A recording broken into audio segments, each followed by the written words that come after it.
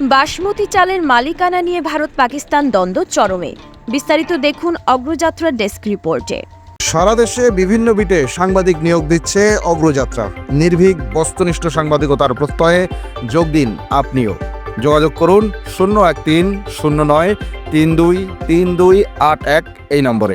New Zealand এবং Australia basmati চালকে পাকিস্তানের পণ্য হিসেবে স্বীকৃতি দিয়েছে বলে দাবি করেছে পাকিস্তান। তবে পাকিস্তানের এই দাবি প্রত্যাখ্যান করেছে ভারত। ভারতীয় কর্মকর্তারা বলছেন, নিউজিল্যান্ডে যে বাসমতি চাল পাওয়া যায় তাতে ইতোমধ্যে ভারতের লোগো মার্ক নিবন্ধন রয়েছে। অন্যদিকে পাকিস্তানের এমন কোনো নিবন্ধন নেই। ভারতীয় সংবাদ মাধ্যম ইকোনমিক টাইমসের প্রতিবেদন থেকে এই তথ্য জানা গেছে। ভারতের কৃষি ও প্রক্রিয়াজাত খাদ্য রপ্তানি উন্নয়ন কর্তৃপক্ষ বা ইপিডিএ বিভিন্ন দেশে বাসমতি চালের নাম ও লোগো সংক্রান্ত নিবন্ধন ও সুরক্ষা নিশ্চিত করতে কাজ করে।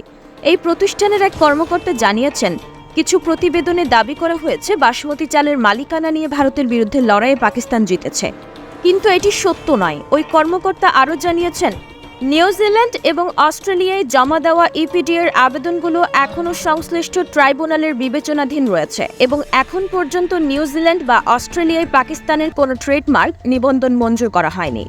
অন্যদিকে পাকিস্তান দাবি করেছে, নিউজিল্যান্ড এবং অস্ট্রেলিয়ায় বাসমতি চালের মালিকানা নিয়ে ভারতের বিরুদ্ধে তাদের দাবি স্বীকৃতি পেয়েছে। তবে ভারতীয় কর্মকর্তারা এই দাবিকে ভিত্তিহীন বলে উড়িয়ে দিয়েছেন। ইপিডিএ ইতোমধ্যে নিউজিল্যান্ডে বাসমতি চালের জন্য লোগোমার্ক নিবন্ধন করেছে, যা পাকিস্তানের নেই।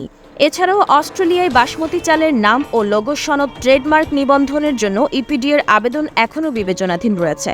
বাসমতি চাল বিশ্বব্যাপী একটি জনপ্রিয় এবং মূল্যবান পণ্য। ভারত ও পাকিস্তান উভয়ই এই চালের উৎপাদন ও রপ্তানিতে অগ্রগণ্য। গত কয়েক বছর ধরে বাসমতি চালের ভৌগোলিক নির্দেশক, জিআই ট্যাগ ও ট্রেডমার্ক নিয়ে দুই দেশের মধ্যে দ্বন্দ্ব চলছে।